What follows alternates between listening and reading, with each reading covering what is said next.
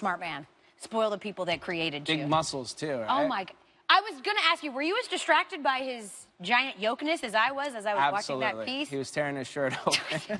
That thing was holding on by a thread, literally. I know that most people know that Myles Garrett's been pretty outspoken about wanting to play for the Cowboys. He did all but beg them to draft him #1 overall. That's probably not going to happen. Did he tell you where else he'd want to go, potentially? Yeah, he wants to go first overall, period, which means he wants to play in Cleveland.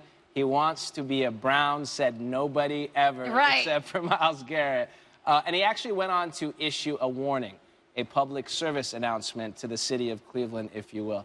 He said if they do not select him first overall, he will spend the entirety of his career punishing them for it. He will also knock their quarterback out of the game every time they play, and he will, quote, kick the hell out of whoever #1 is. So, tough call, Cleveland. I don't know. Knock their quarterback. That's not actually very difficult when it comes to the Cleveland Browns. I don't even know who's going to be under center. But in the larger scope of things, when you talked to Myles Garrett about his future in the NFL, because there's a lot of expectations on this kid, what kind of goals does he want to set for himself? Yeah, you know, we're all falling all over ourselves trying to figure out the best projection for him, the right player comparison.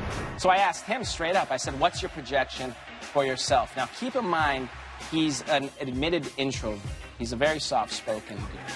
And this soft-spoken dude told me straight up that he wants to retire as the greatest NFL player of all time, regardless of position or era. He specifically called out poor Jerry Rice. He's like, if that's Jerry, I want to top that. If it's Tom Brady, I want to top him. And in fact, he's the quarterback he's most looking forward to sacking because, as he put it, he wants to humble the greatest. But there's one distinction that he doesn't think he'll reach, and that is he doesn't think he'll finish in the top 10 all-time in sacks because he doesn't think he'll be playing that long. He's just got so many goals outside of football. He wants to write poetry. He wants to return to school and get a master's and possibly a PhD in paleontology. He wants to travel the world digging up fossils and building water wells. And he wants to be there for his unborn children, as he put it, to be there for all their special moments. I mean,